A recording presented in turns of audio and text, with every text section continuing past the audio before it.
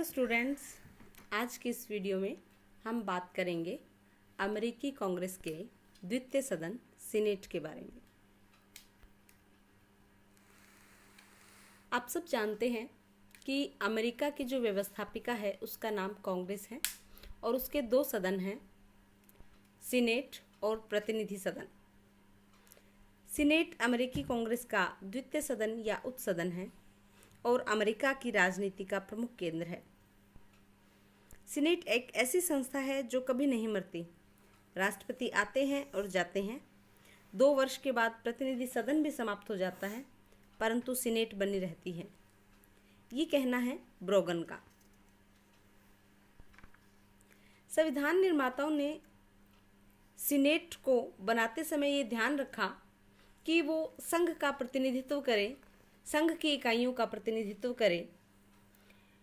Senate के संबंध में उनका विचार था कि वो राज्यों का प्रतिनिधित्व करे और संघ शासन में उन्हें प्रमुख स्थान मिले। इसलिए ये निश्चय किया गया कि सभी राज्य, चाहे वे छोटे हों या बड़े, सबको सीनेट में बराबर प्रतिनिधित्व मिलना चाहिए। सीनेट के संगठन के बारे में बात करें तो सबसे पहले हम बात करते हैं सदस्य संख्या की। आजकल अमेरिका में 50 राज्य हैं। प्रत्येक राज्य, चाहे वह छोटा है या बड़ा, सभी सीनेट के लिए 2 प्रतिनिधि भेज सकते हैं।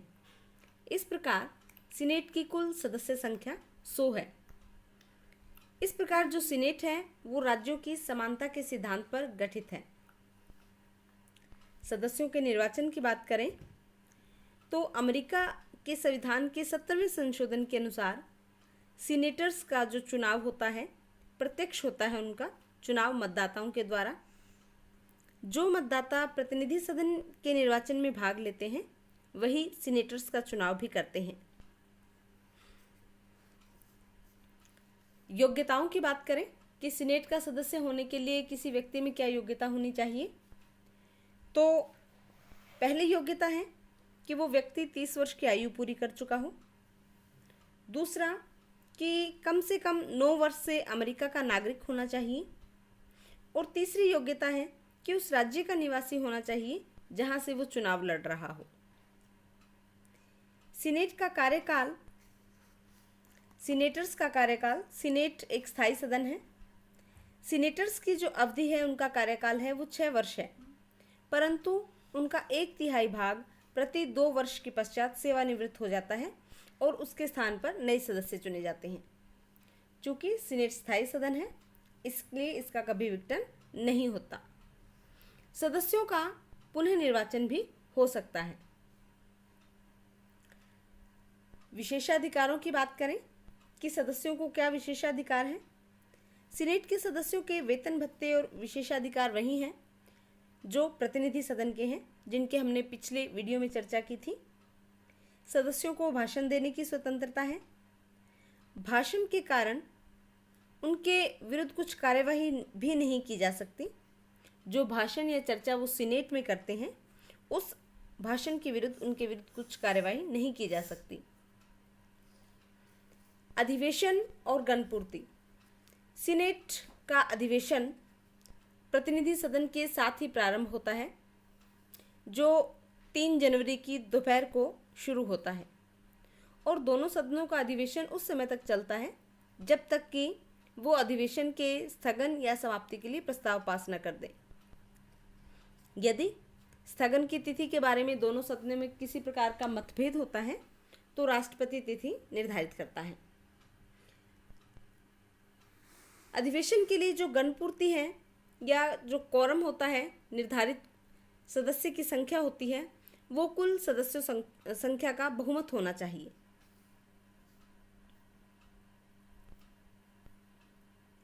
अब हम देखते हैं सीनेट के कार्य एवं शक्तियां। अमेरिका की सीनेट की शक्तियां बड़ी व्यापक हैं। वो संसार का सबसे अधिक शक्तिशाली सदन है। लास्की उसे प्रतिनिधि सभा की स्थापना की स्वामिनी भी कहता है। शक्तियां उसकी देखते हैं। विधायी शक्तियों की बात करें तो सीनेट की जो मूल शक्तियां हैं वो व्यवस्थापन संबंधी शक्तियां हैं। अमेरिका में व्यवस्थापिका के जो दोनों सदन हैं वो समान पदी हैं और उनके दोनों के अधिकार समान हैं। अर्थात दोनों ही समान महत्व के हैं। जैसे विधेयक प्रस्तुत किए जाते हैं, साधारण विधेयक के बारे में बात करें तो साधारण विधेयक के विषय में दोनों सदनों की शक्तियां सब प्रकार से समान हैं। ये विधेयक दोनों सदनों में ही प्रस्तुत किए जा सकते हैं और तब तक पारित नहीं समझे जाते जब तक कि दोनों सदन उन्हें स्वीकार ना कर ले। जहाँ तक वित्त विधेयकों का संबंध है, उसके लिए आवश्यक है कि उन्हें प्रतिनिधि सभा में प्रस्तुत किया जाए, लेकिन प्रस्तुतिकरण को छोड़कर अन्य सब बातों में सीनेट किसी भी वित्त विधेयक को पूर्णतः संशोधित कर सकती है। तो प्रतिनिधि सभा का उस पर एकाधिकार नहीं है, सीनेट द्वारा उसमें भी संशोधन किया जा सकता है। फिर संवैधानिक विधेयकों की बात करें तो संवैधानिक विधेयकों के संबंध में भी दोनों सदनों की स्थिति समान है। दोनों ही सदनों में संविधान संबंधी विधेयक प्रस्तुत किए जा सकते हैं और ऐसे विधेयकों को पारित करने के लिए दोनों सदनों के 2/3 बहुमत से स्वीकृत किया जाना आवश्यक है। अब बात करते हैं कार्यपालिका शक्तियों की। कार्यपालिका के क्षेत्र में सीनेट की शक्तियां प्रतिनिधि सभा से भी बढ़कर है और वो राष्ट्रपति पर भी नियंत्रण रखती हैं। क्या क्या शक्तियां हैं कार्यपालिका के क्षेत्र में? पहली महत्वपूर्ण शक्ति संधियों के विषय में है। राष्ट्रपति द्वारा विदेशों के साथ की गई संधियां तब तक पूर्ण नहीं समझी जाती जब तक सीनेट उन्हें अपने 2/3 बहुमत से स्वीकार न कर ले। जब सीनेट द्वारा वो स्वीकृत हो जाती हैं तभी वे संधियां देश पर लागू होती हैं। इससे जो सीनेट है वो विदेश नीति के क्षेत्र में राष्ट्रपति की शक्ति की भागीदार बन गई है। सीनेट की दूसरी प्रमुख कार्यपालिका संबंधी शक्ति राष्ट्रपति द्वारा की गई नियुक्तियों के पुष्टिकरण की है। संविधान में ये व्यवस्था कर दी गई है कि सीनेट के परामर्श और स्वीकृति पर ही राष्ट्रपति राजदूतों की, मंत्रियों की, न्यायाधीशों आदि की नियुक्ति करेगा। इस शक्ति के द्वारा सीनेट राष्ट्रपति पर अपना अंकुश बनाए रखती है। सीनेट की तीसरी कार्यपालिका शक्ति विविध विभागों के विरुद्ध शिकायतों की जांच करने के संबंध में है। इस विषय में उसका निर्णय अंतिम होता है। इस शक्ति के कारण सीनेट प्रशासन पर नियंत्रण रखती है। इसके अलावा युद्ध की घोषणा की स्वीकृति भी प्रतिनिधि सभा के साथ साथ सीनेट द्वारा भी प्रदान की जानी आवश्यक है। अब बात करें न्याय संबंधी शक्तियों की, तो न्यायिक क्षेत्र में सीनेट की शक्ति महत्वपूर्ण है। सीनेट राष्ट्रपति, उपराष्ट्रपति और सभी असैनिक अधिकारियों को महाभियोग द्वारा देशद्रोह, रिश्वत या गंभीर अपराध के कारण हटाने की अधिकारी है। अभियोग लगाने का कार्य प्रतिनिधि सभा द्वारा किया जाता है और सीनेट उस अभियोग की जांच करती है। अभियोग की जांच करते समय सीनेट है वो न्यायालय की हैसियत से कार्य करती है और ऐसे अवसरों पर न्यायिक प्रक्रिया के वो सभी कार्य जैसे आदेश जारी करना, गवाहों को बुलाना, उन्हें शपथ दिलाना आदि सब करती है। जब अमेरिका के राष्ट्रपति पर महाभियोग चलाया जाएगा तो उस समय सर्वोच्च न्यायालय का मुख्य न्यायाधीश सीनेट की अध्यक्षता करता है। अब देखते हैं सीनेट की निर्वाचन संबंधी शक्तियां। सीनेट राष्ट्रपति और उपराष्ट्रपति के निर्वाचन में डाले गए मतों की गिनती करती है और परिणामों की घोषणा करती है। राष्ट्रपति पद में यदि किसी व्यक्ति को स्पष्ट बहुमत ना मिले तो प्रतिनिधि सभा द्वारा किसी एक उम्मीदवार का चुनाव कर लिया जाता है। उसी प्रकार यदि उपराष्ट्रपति पद के लिए किसी प्रत्याशी को स्पष्ट बहुमत प्राप्त ना हो तो सीनेट पहले 2 प्रत्याशियों में से एक को उपराष्ट्रपति चुन लेती है। हमने देखा कि उपयुक्त जो शक्तियां हैं वो सीनेट की बड़ी महत्वपूर्ण शक्तियां हैं। अब देखते हैं हम सीनेट शक्तिशाली क्यों है। प्रतिनिधि सभा से अधिक शक्तिशाली होने के क्या कारण हैं? संसार के अधिकांश देशों में देखा जाता है कि जो प्रथम सदन होता है, लोक सदन होता है, प्रतिनिधि सदन होता है, वो अधिक शक्तिशाली होता है और जो द्वितीय सदन होता है उसकी स्थिति प्रथम सदन की तुलना में कमजोर होती है, जबकि अमेरिका में कांग्रेस का द्वितीय सदन सीनेट अधिक शक्तिशाली है। प्रतिनिधि सदन की तुलना में सीनेट के शक्तिशाली होने के प्रमुख कारण हैं। इन कारणों की हम बात करें तो पहला कारण देखते हैं हम, संविधान निर्माताओं की इच्छा। संविधान निर्माता चाहते थे कि सीनेट एक शक्तिशाली सदन बने ताकि वो राष्ट्रपति पर नियंत्रण रख सके और संघात्मक ढांचे की रक्षा कर सके और लोकप्रिय सदन के जोश को ठंडा रख सके। इस कारण से ये कहा गया है कि संविधान निर्माताओं ने संविधान में कांग्रेस के उल्लेख के समय सीनेट का नाम पहले लिखा है। ये कोई भूल नहीं है, बल्कि ये जानबूझकर कहा गया है। इससे पता चलता है कि जो संविधान निर्माता थे वो सीनेट को शक्तिशाली सदन बनाना चाहते थे और प्रतिनिधि सदन से अधिक महत्वपूर्ण उसको मानते थे। दूसरा कारण है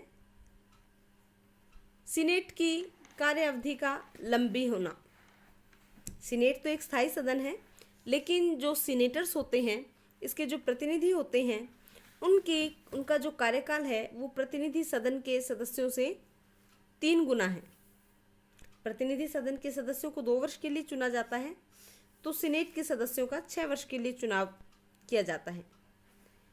प्रतिनिधि सदन के सदस्यों को अपने चुनाव के बाद ही 2 वर्ष कैसे निकल जाते हैं इसका पता ही नहीं लगता। उनको अगले चुनाव की चिंता सताने लग जाती है, जबकि सीनेटर्स 6 वर्ष तक अपने चुनावों की चिंता से मुक्त रहता है। और ये जो लंबी अवधि है, यदि किसी व्यक्ति में योग्यता है तो उसके व्यक्तित्व को निखरने का अवसर देती है। ये भी एक प्रमुख कारण है।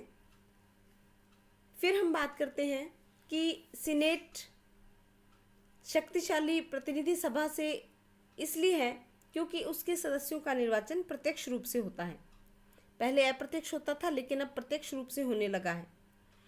सीनेट के सदस्य अब जनता के प्रतिनिधि माने जाने लगे हैं, क्योंकि प्रतिनिधि सदन इसीलिए प्रतिनिधि कहा जाता है क्योंकि जनता के सदस्य प्रत्यक्ष रूप से उसे चुनते हैं।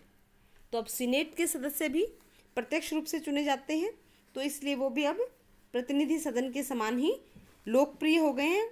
प्रतिनिधि समान से भी अधिक लोकप्रियता के क्षेत्र में वो आगे बढ़ गए हैं, क्योंकि जहां प्रतिनिधि सदन के सदस्य अपने स्थानीय चुनाव क्षेत्रों का प्रतिनिधित्व करते हैं, वहीं सीनेट के सदस्य समूचे राज्य का प्रतिनिधित्व करते हैं। सीनेट का अधिक शक्तिशाली होने का एक अन्य कारण उसकी रचना भी है, क्योंकि सीनेट केवल 100 सदस्यों की एक छोटी सी सभा है और उसके सामने जो समस्याएं रखी जाती हैं उन पर वो प्रतिनिधि सभा की तुलना में अधिक अच्छे ढंग से विचार कर सकती है। सीनेट के सदस्यों को वाद विवाद की स्वतंत्रता भी अधिक प्राप्त है। सीनेट की कार्यविधि ऐसी है कि उसमें सदस्यों के बोलने का समय निश्चित नहीं किया जा सकता। वहाँ कोई भी सदस्य कितने ही समय बोल सकता है। इसको फिलबस्टर कहा जाता है। इसके कारण जो सदस्य हैं उनको बोलने का अधिक समय मिल जाता है और प्रतिनिधि सदन में सदस्यों की संख्या बहुत अधिक होने के कारण बोलने के लिए कम समय मिलता है। इसके अलावा सीनेट को कुछ विशिष्ट शक्तियां भी प्राप्त हैं जो कि संविधान द्वारा प्रदान की गई हैं, जैसे राष्ट्रपति द्वारा की जाने वाली महत्वपूर्ण नियुक्तियों का पुष्टिकरण सीनेट द्वारा आवश्यक है। इसके अलावा राष्ट्रपति द्वारा की गई सभी संधियों पर सीनेट की स्वीकृति आवश्यक है और सीनेट को जांच की भी महत्वपूर्ण शक्ति प्राप्त है। तो इस प्रकार इन सब कारणों को ध्यान में रखते हुए हम कह सकते हैं कि अमेरिका के शासन तंत्र में सीनेट महत्वपूर्ण और एक गौरवशाली निकाय है। Thank you.